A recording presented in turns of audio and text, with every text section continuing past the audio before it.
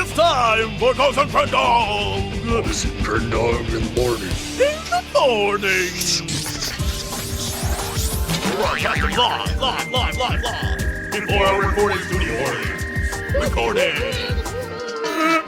Wake your ass up, it's the Crendor in the morning. Hello there, everybody. Welcome to Cox and Crendor in the morning. It's Thursday. We're almost done with the work week. You can stop waking up so early. And Yay.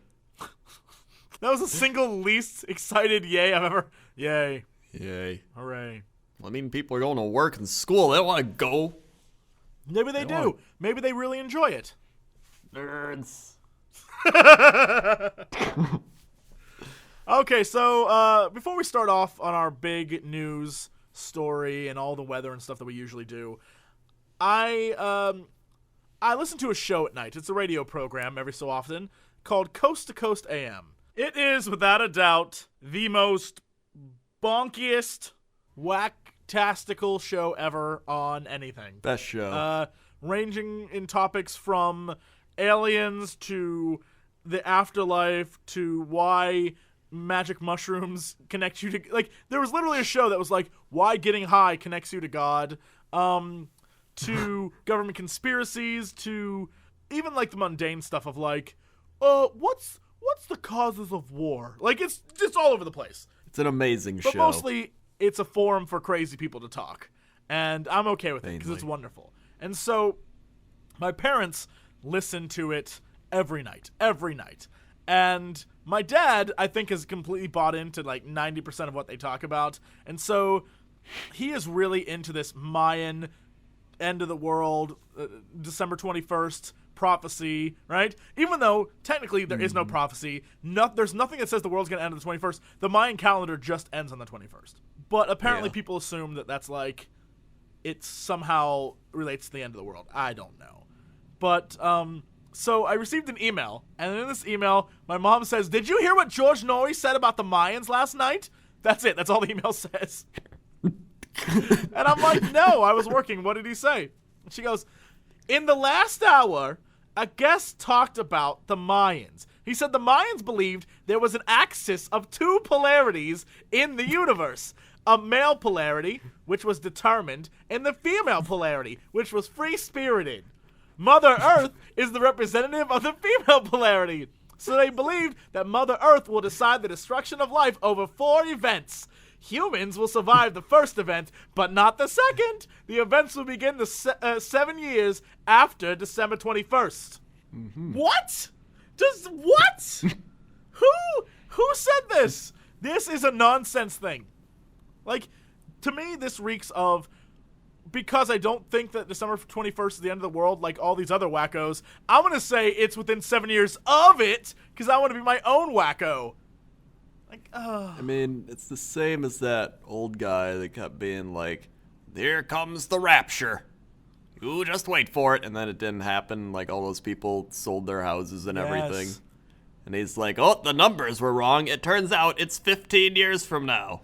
Which is why I'm like the biggest skeptic of everything. Even with the Mayan calendar, like, NASA made a list of reasons why it's not happening. Even Mayans. The Mayans aren't an extinct race. They exist. They are still in Mexico.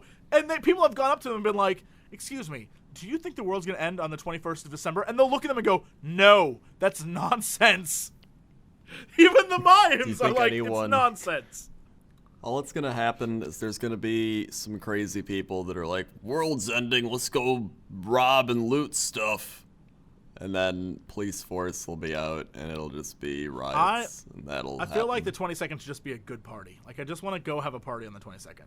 I feel like renting out an entire Buffalo Wild Wings and just being like, "Hey, come to Buffalo Wild Wings. Let's get some chicken and beer and just have a good night." CoxCon. I think that might happen. I can't guarantee it will, but yeah. I don't know how we got on this subject from the fact that my parents, they listen to crazy stuff, but whatever, you know. So what's going on in the news? Yeah. What's happening in the news right now? Yahoo likes to report about people and their credit. What? They say that these are 5 reasons people ruin their credit. Let me guess, they're all really stupid things that a normal person wouldn't know. I think we've learned something doing these Yahoo articles. They're always garbage, and they're always things people would know if they weren't just stupid. Yeah, that's a good way. I'm not even gonna say anything. I'm just gonna zip my lip and wait till all 5 are out there, and I'll let the public decide if I'm correct on this. After you, sir. All right.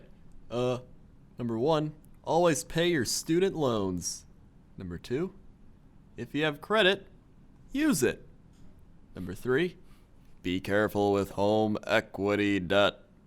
Number 4, file your taxes. Number 5, know when to abandon a failing business venture. Yeah, so all these things are things that a smart person would have known. Yes. Every single one. Yes, I don't even have to go into explaining why. Like, but there's real people behind these stories. there are no real people behind these stories. What about Nicole Gibbs? Do what? What about her? What about her? There's even a picture What of about her. her? Do tell. She did not pay attention to the details on one of her student loans and had to default on it. To make matters worse, I did not realize that I had defaulted and I got a rapid refund for my tax return that year. So, why would they interview an obvious simpleton? How do you not know what your college loans say? Why take out a loan and then not understand the terms of your loan? That's just stupid. I don't know, but she did. And so she suffered for it. Again, she made her own problems. This isn't. That's a life lesson. So dumb. So dumb. Is there anything else on Yahoo that's worth talking about right now? I refuse to give that story any credence. Like, I'm just going to ignore it because that's stupid. Just stupid. I mean, we could talk about Celine Dion. Go on. She wowed twice in one night. I don't know what that means. It just means she wore clothing that people were like, wow.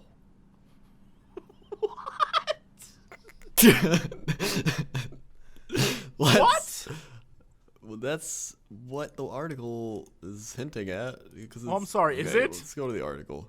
I go to the article. It just shows a picture of her in a dress, and it says, Celine Dion has been MIA in recent months, but the Canadian chanteuse made a glamorous return to the red carpet last week at the Canadian annual what? Bambi Awards. I can't say it. Hold on. The Canadian chanteuse? Chanteuse. What? Send me this word. What? The Canadian chanteuse? Chanteuse. Holy crap, that is a word that doesn't exist. Chanteuse? Chanteuse.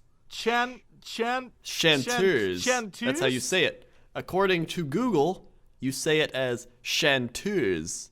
What does that mean? What's the definition of that word? A female singer of popular songs, especially in a nightclub. What? Why not just say this famous Canadian songstress, this famous Canadian singer-songwriter? Why? Chanteuse. Oh my god, what kind of assholes write these articles? This is what happens when you're an English major and you have nothing better to do than work for Yahoo. This Canadian Even then, they used the chanteuse. Just. Chanteuse. Oh my god. All right, yeah. Continue. She was looking elegant as ever. Celine entered the soiree in an off-the-shoulder J. Mendel gown, which was paired with diamond chandelier. Oh my god! We're in a war. We're actively in a war in Afghanistan, and this is what we're talking about. The chanteuse with her over-the-shoulder brooch and sequin gown approached the soiree with elegance and style. Just shut up. Just okay. Someone commented and said, "She's got witch chin." They're doing our job for us, is what's happening. They are. Oh my goodness. All right. Before we get to our big news story, I think it's time we go to Chapter 7 with Crendor in the sky. Crendor, how's the traffic looking like out there? Well, it's not looking very good. There's chanteurs everywhere. I even saw some soirees going down the left lane. I mean, it's all I can see from here. It's a cloudy day, so I can't see very much. All right, thanks, Crendor. Now to Crendor at the weather desk. What's the weather looking like out there, Crendor? Besides cloudy, of course, and filled with soirees and chanteuses. Well, I feel like since we already know what it's like here, we should go overseas again. This time we're gonna go to India. Ooh, we're going to Bangalore? Where are we going? So in Chandigarh, it is 18 degrees Celsius, and there is wind coming from the northeast at 3 kilometers per hour. 3 what? Kilometer. At 3 kilometers per hour. There's a visibility of 2 kilometers. 2 kilometers. You can only see through 2 kilometers. Watch yourself. Watch yourself, India. It is rough out there. You gotta watch it. Or you will get clobbered twice. All right, so what's going on over the sports desk, Crendor? Over at the sports desk, I just went to a fantasy site, and it turns out that Titus Young was purposely lined up in the wrong spot. What? Yep. I don't know what that means. Titus Young lined up in the wrong spot. Yes, okay, I understand that, but they don't even say. He doesn't give a reason. They gave him a 1-week suspension. So, all right, so he did it on purpose. I guess because he's just a dick. He's probably just angry, or it's like his playing time or something. Yeah, well, that's because he's. You know what, Titus Young? You're no Jacoby Jones. I was about to say that. He's no Jacoby Jones. Ugh. Poor sportsmanship. All right, now let's go to Crendor with the big news story. What's our big story today? Big news story is that ladies prefer thin over macho. What? Did you make this story up? Where's the story from? No, this is on Discovery News. Oh my. Okay, continue. Women respond more to fatness and thinness, not macho features, when considering male mates. What? Yes. And it says okay. that macho features have long been touted as an evolutionary asset that heterosexual women look for in potential mates, but new research suggests that weight may be a more powerful driver of attraction. Macho features such as a strong jaw and squinty eyes advertise that a guy possesses high testosterone, according to the something hypothesis that I No, you have to pronounce this. Immunocompetence handicap hypothesis. Good, continue. Since high levels of this masculinizing hormone interfere with the immune system, the theory goes macho men must be extra fit to withstand the handicap their extra testosterone confers. However, a new study finds that while women do respond more favorably to faces and bodies of men with immune responses, they seem to cue into fatness and thinness, not macho features, when making their judgments. Fatness, or adiposity, is an obvious choice for a marker of immunity because it's a strong association with health and immunity. In other words, what? Women. Okay, continue. So, the results revealed that fatness, as measured with facial adiposity, was linked to both antibody response and attractiveness, with pudgier men both having weaker immune systems and being seen as less appealing by the fertile women. A statistical analysis found that, contrary to what the immunocompetence handicap would suggest, masculinity was not linked to either immune response or bodily or facial attractiveness. We found that a man's weight serves as a better indicator of the relationship between immune response and attractiveness than masculinity does. It is therefore more likely that Latvian women use weight rather than masculinity in their subconscious judgments of a man. Hold up! Okay. All right. Hold the freaking phone. First off, oh my god. Okay, I was buying into this article, hook, line, and sinker. I was like, all right, I'm gonna ignore the fact that they're talking about how somehow women, when they look at men, determine whether he has base immunities. So like, well, he's overweight, so clearly his immunity is not up to par. So I can't be with him. Like, I guess that's what they were going with. I don't know how that works. But then you said the best part of the entire story, and I quote, Latvian women. Wait, so this study only applies to women in Latvia? Well, I may have skipped over a Yeah, part. you may have. You may have. Right, let's go back a Okay, little bit. slow it down and give it to me as is. Because apparently what you're telling me is women, rather than look at people based on sex appeal and say, like, wow, he's cute, decide whether they want to, like, get with a guy based on his immunity levels. Is what you're telling me. And so deep down inside, women judge men not on how they look, but on how much immunity they have. So continue, please. Well, here's the part I skipped over. Uh-huh.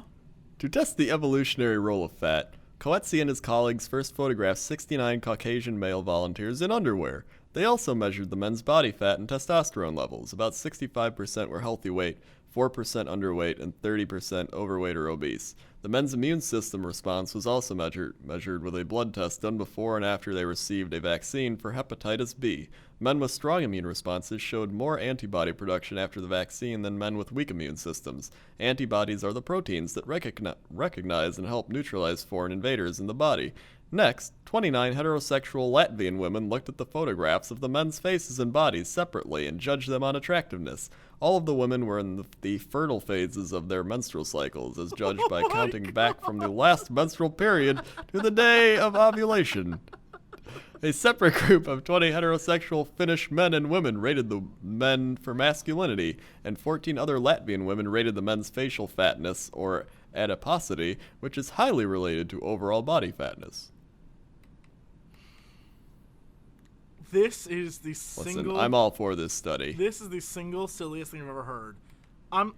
Being a thin person, I am all for this study. Here's the thing, though. I like studies that favor my life. This isn't...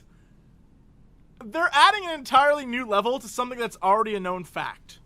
Right? Like, if they just would have said, like, based on raw sex appeal, they would have got the exact same result. If they would have said based on, like... any amount of stats would have given them the same result. This has nothing to do with immune responses. There's nothing, just because a woman's on her period doesn't mean she's like, I've got to find the most immune man possible. Well, I think by looking at your physical attractiveness, it is measuring how well your immunity is at fighting off What things. does that matter? What woman is like, I can't Because date him then because he will get me sick? Like, is that really what people are thinking?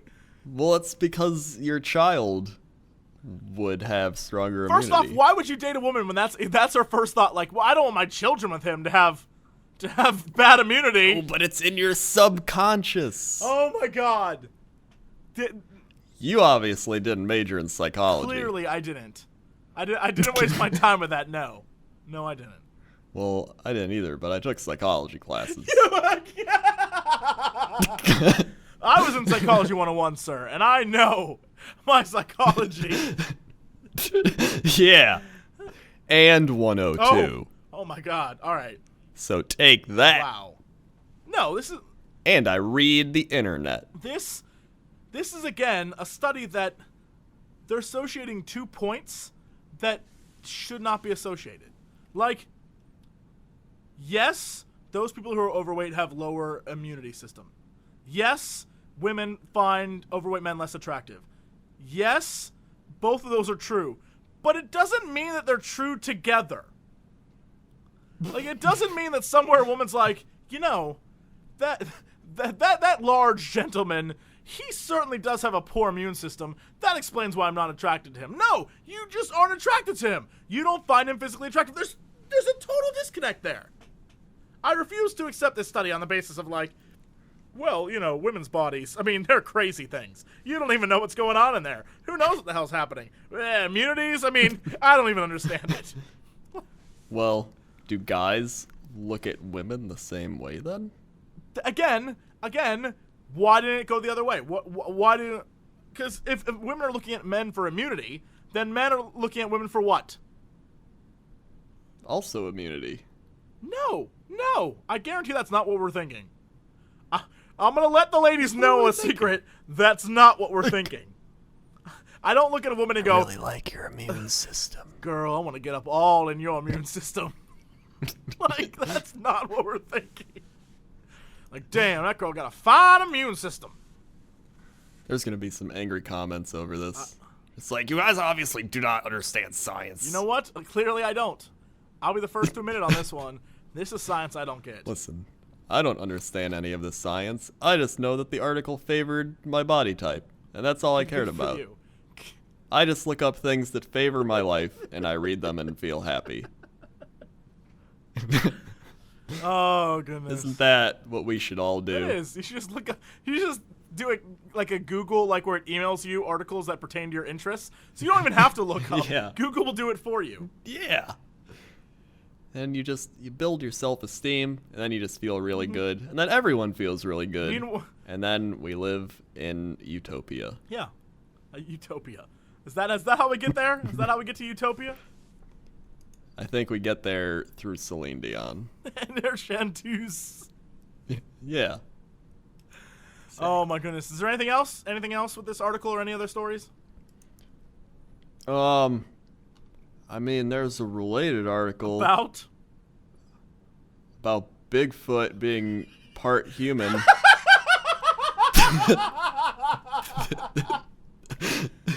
Holy crap. The related article on Yahoo News to a woman being attracted to males because of their immunity is Bigfoot may be a human. This is not Yahoo. This is Discovery my bad. News. So, can we conclude then that a skinnier Bigfoot would be more attracted to women than a fatter Bigfoot? Or say if a really buff Bigfoot, he then is less attractive than just a normal thin Bigfoot. Well, I mean, he's just got to be toned. Well, no, that's not what this article said. This article said that they did not say that. It said that had no basis in their thought. Oh, well, that's good, because that means they don't have to exercise. So it has no basis in their thought process. So a skinny Bigfoot, the Bigfoot who can't get any food because the other Bigfoots kick crap out of him, he is more likely to mate with a human female. Yes. Good to know, ladies. Get on that. Get with those Bigfoot feet. Because Bigfoot, apparently, according to this Texas vet, claims that DNA work suggests Bigfoot is a human relative that arose 15,000 years ago. Can I just say, 1, thank you, Texas. 2, how did this person acquire Bigfoot DNA? Isn't it obvious? Is it? I don't know. Yep. I was just hoping you had an answer. Explains so much. I like how the article is, according to Bigfoot DNA, no one questions, how do you know it's Bigfoot DNA? Where did you acquire it? According to Dracula's DNA, he was a type O blood type. Which is weird, because he drank all blood types? It's very strange. It really doesn't make sense. According to the Wolfman's DNA, he was less wolf and more feral dog. Should explain why he was so angry at mailmen. Stupidest. Oh my god. Here we go. Any proof? It's a fascinating theory. So where's the evidence? Well, there is none. Not yet, anyway. Ketchum's research has not appeared. His name is Ketchum. Like Ash Ketchum. Gotta catch 'em all! He's gotta catch all the big feet. Ketchum's research has not appeared in any peer-reviewed scientific journal, and there's no indication when that might happen. If the data are good and the science is sound, any reputable science journal would jump at the chance to be the first to publish this groundbreaking information. But you can't have Bigfoot DNA without the presence of Bigfoot or evidence that a Bigfoot exists. This is a nonsense thing. Oh my god. You're just a Bigfoot hater. Here's the best part. I'm going to tune into Coast to Coast AM and hear them be like, you know what? Bigfoot DNA, it's a thing. It's a thing. They exist. And the show has come full circle. It has come full circle. And that's the perfect time to end it. Thank you guys for listening, for watching. We will see you tomorrow for our Big Friday show. And as always, to be continued.